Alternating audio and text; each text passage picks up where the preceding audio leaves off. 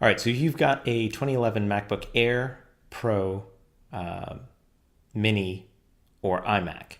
You've got a little Thunderbolt port on there that you've been dying to use because you've heard it's got tons of bandwidth and you just want really fast external storage. See, the Mac guys kind of get screwed because Apple has yet to deploy native USB 3 on any of its platforms. So if you want to kind of stay within the Apple ecosystem and you don't have PCI Express or Express Card or something like that, you're kind of stuck to either USB 2, which tops out below 40 megs a second, or FireWire 800 if you're lucky and you've got like a MacBook Pro, for example. And even FireWire 800 is only good for, at best 80 megabytes per second, at least in what we've seen in our testing. And that's not a ton of speed. You're actually better off connecting to a fast file server over Gig E, and at least that way you'll get, hopefully over 100 megs per second.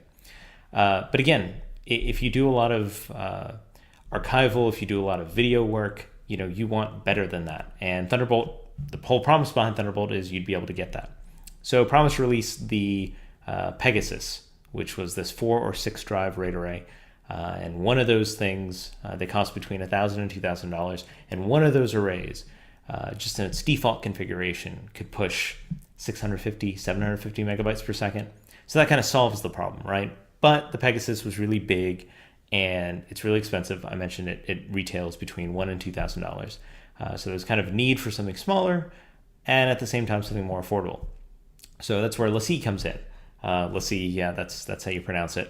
And they came in with this puppy. This is the little big disk. Originally, this was released as a mechanical drive only version, right? So in here are two 2.5-inch drives. The initial versions had two 500 gig or two 1 terabyte drives in a software RAID 0. So in here, all you get is basically a SATA controller.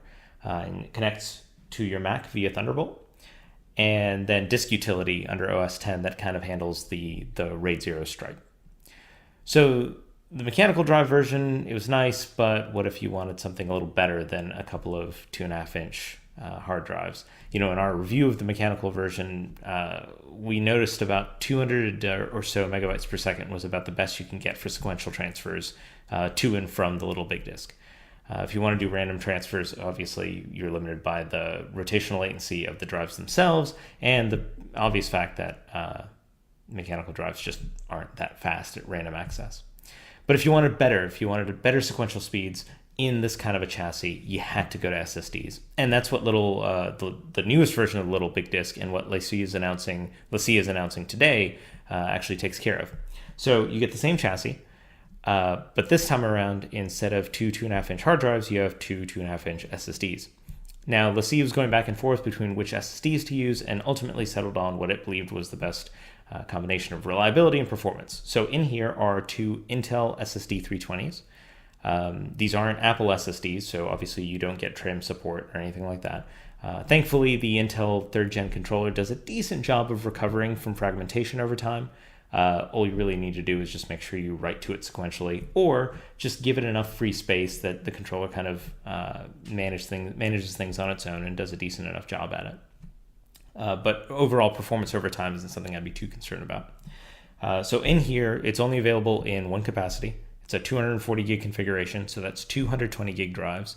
And I have to say that the idea of doing a 2 drive RAID 0, maybe that makes sense with mechanical drives, but when you move to SSDs, I'm not so sold on that. I think LaCie did it here just to stay with 3 gigabit drives. But honestly, I think you could get the same kind of performance out of a single high capacity 6 gigabit drive paired with a good 6 gigabit SATA controller. And that's my only real critique with the architecture of this thing. But that being said, the two SSDs in here, when you look at sequential read speed, you're dealing with about 450 megabytes per second, so over 2x what you get with the mechanical drive version. Sequential write speed is unfortunately limited by the drives that are in there, and what you get even in the 2-way RAID 0, you get around 260 megabytes per second. Again, better than you can get with the mechanical drives, but not in the realm of the promised Pegasus, and only a little bit better than what you can get with the mechanical version. Obviously, random access performance is great on this thing. We measured almost 50 megabytes per second in terms of random reads from the array, and that's an order of magnitude better than what you can get even on the Promise Pegasus. So, and I should stop here and say that only really matters if you're doing a lot of, say you're running applications off of the external array, or you're doing a lot of small file work on the array. If all you're using this for is a place to store your music, photos, and videos, SSDs are great. I'm a huge fan of them. And if money's no object, obviously throw all the SSDs you want in there. But if that's your main use model, your main usage model, you actually might be better off and maybe more bang for your buck to go with the hard drive version, simply because most of those transfers are going to be sequential. Now, if you need if you've got a MacBook Air and you need an extra couple hundred gigs to store some heavy applications you work with, or let's say you're going to put Final Cut on here and this is where you're going to keep both the application and your kind of Scratch directory or your Scratch file for any large photo work or video editing and scrubbing and stuff like that. If that's the case, then there's an obvious advantage for the SSD version here. Otherwise, if you're just using it as a place to store your videos or store your music and photos, honestly, the hard drive version does a decent enough job. The setup is pretty simple. So the SSD version actually does pull a little less power than the hard drive version, but you still need this little external power adapter here. It's over the 10 watt limit for what you can draw over the Thunderbolt cable. And all you really do is once you've got everything plugged in, you just hit this little blue orb and the drive will come to life. Now, you're probably going to get a bit of the sound here on the microphone since it's so close, but one of the biggest issues with building a chassis this small is you have to use really, really tiny fans. And unfortunately, when you're using really tiny fans, you have to spin them at a higher speed in order to move the same volume of air as you would a larger fan. And unfortunately, it produces a not so pleasant noise. I was hoping the SSD version would be a bit quieter than the hard drive version, given that the cooling requirements for two drives with no moving parts are obviously less than two drives that are spinning at 54 or 7200 RPM.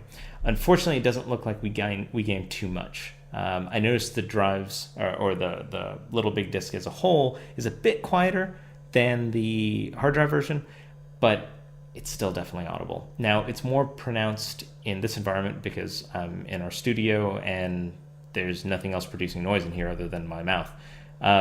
So if you've got an office, a room with a higher than this ambient volume, you probably won't be bothered by it. But if you've got this kind of serene study thing going on, it's going to be noticeable. And unfortunately, that's one of the trade-offs when you go this small.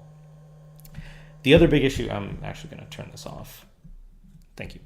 The other big issue with the little big disk is price and capacity. As I mentioned, there's only 240 gig version available with SSDs. And one, that's not a lot of space. And two, the 240 gig version actually sets you back $899. So there are a couple of things that I would like to have seen happen here. One, I wish we were dealing with about twice the space. Given the price of 480, 500 gig drives, you could theoretically build something like this, or LaCie could have built something like this and kept the price under $1,000 and still had a decent amount of capacity. The second thing is actually, if you look at LaCie's own product lineup, you could actually get a 1 terabyte version with mechanical hard drives, pull out the hard drives, buy two 120 gig Intel SSD 320s on your own at $200 a pop, and put them in there yourself. Have an extra an extra pair of 2.5 inch hard drives, and still save $100 if you kind of roll your own while still kind of purchasing from LaCie. So the pricing is something that kind of bothers me. I wish LaCie had kind of backed off of the profit margin a bit and embraced, maybe a large capacity drive, or just dropped the price point of this. Because at 240 gigs, if you've got a MacBook Pro, for example, you're almost better off just pulling out the optical drive and buying an OptiBay and throwing in a 240 gig or 480 gig SSD as a secondary drive. If you've got a MacBook Air, you don't have the flexibility to do that, and then this SSD option is a viable solution. But it just seems too expensive for the capacity, especially as an external storage solution. What I personally use Thunderbolt for is, like I said, mass storage of videos, photos, music, stuff like that. All of my key applications, documents, all of that's on my local SSD. The good news is LaCie does still offer the hard drive versions if that's more suited towards your needs. This is kind of like a premium version for people that maybe don't have the biggest storage needs in the world, but are in a unique situation where, say, they've got a MacBook Air and they just need another couple hundred gigs of really high performance storage. And when viewed through those goggles or in that light, the SSD version does make sense. Ultimately, I'd still like to see prices come down. I'd love to see a chassis like this. I mean, the chassis really is beautiful. It's very, very well built. It's sturdy. It's rugged. Other than the noise, it's very, very well done. I would like to see a bring your own disk version of this. I know LaCie would never do it, but I'm hoping in 2012 we'll get more of the third-party Taiwanese companies that'll come in and start building this stuff so Thunderbolt can be a little bit more ubiquitous and more affordable for everyone. Today, it's real simple. If you need fast external storage and you've got a 2011 Mac, Thunderbolt really is your best option. If you've got over $1,000 to spend, promises a very, very solid solution. And the beauty there is you can always get a lower capacity version and just throw in your own hard drives, or even migrate to an SSD solution if you'd like. If you've got less than $1,000 to spend, LaCie is your option. Promise doesn't compete in that space, and right now it's kind of evenly divided between the two of them. As I mentioned before, if you want SSDs in this kind of a chassis, you're almost better off buying the 1 terabyte LaCie drive, the little big disk, and bringing your own SSDs. But obviously, if you want the kind of LaCie seal of approval and obviously the warranty and guarantee that comes along with that, there is the $899 SSD version as well. And that's unfortunately all you can get right now when it comes to Thunderbolt devices. There's still the Thunderbolt display that I've reviewed, and going forward, I'm hoping we'll see more. It is good to see devices from major players early on, but we need to see more. We need to see more at lower price points. And I'm hoping with Ivy Bridge and Intel really pushing Thunderbolt in 2012 to more than just Apple, I'm hoping we will see that. Anyways, if you want more details, including power consumption, specific performance numbers, check out the full review at anontech.com. Thank you for watching.